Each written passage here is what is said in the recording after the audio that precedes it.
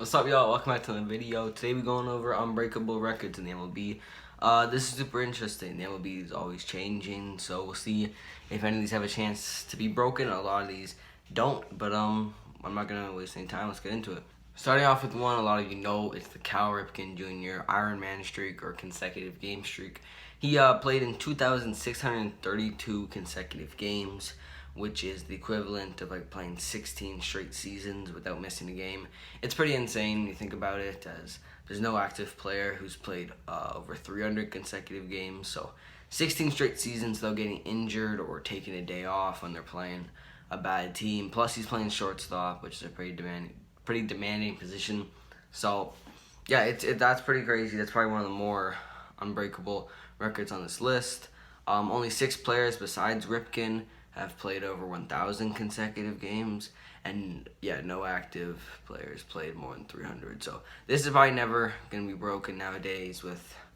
People aren't doing load management or anything like that, but players are not playing 16 straight seasons, not even close. This is gonna be a 2-part video, just letting you know. But here we go. Number 2 is Joe DiMaggio's 56 game hitting streak. Now this is pretty insane. DiMaggio hit 404 during the stretch and ended up with 91 hits during that stretch of 56 games. So definitely impressive. Now this one has a chance to be broken just because Whit Merrifield had a 31 game hit streak last year.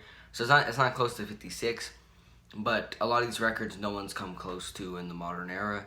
So it's possible. Then again, no player since Pete Rose in 1978 has hit in 40 straight games. So who knows? Now we're getting into 2 Nolan Ryan ones, as he is one of the greatest pitchers of all time. And number 1 is his 5,714 strikeouts. Randy Johnson is second closest at 4,875.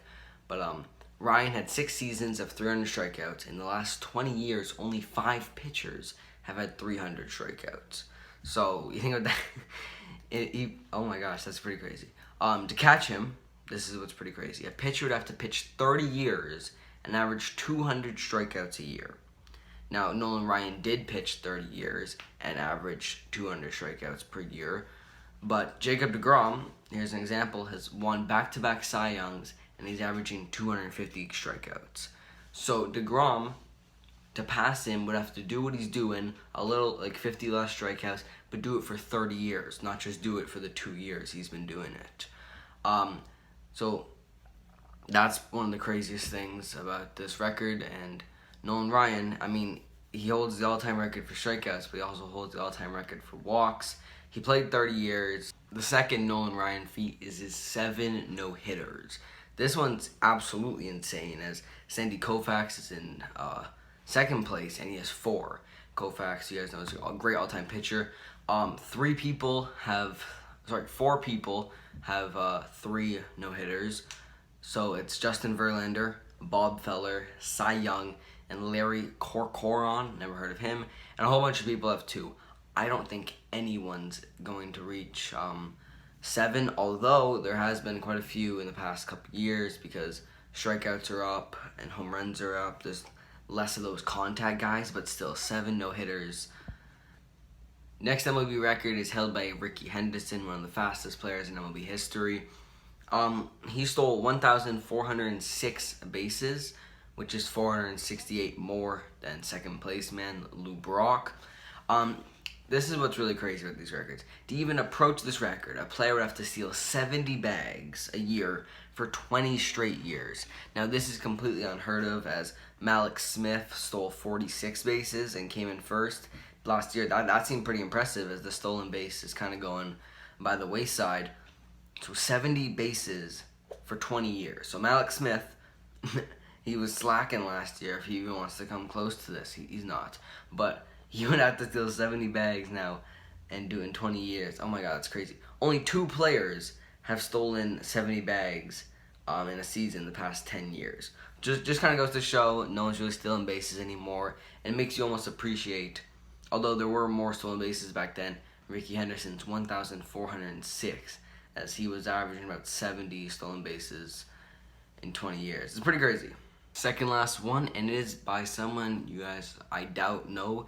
It's Chief Wilson's 36 triples in a season. Chief Wilson did this in 1912, so if you haven't heard the name or don't know this record, that's why. The record still stands, which goes to show that it's really unbreakable, because only 2 players in 100 years have came within 10 triples of this record. So 2 players in the last 100 years have had 26 triples. 4 people were tied with 10 triples last year.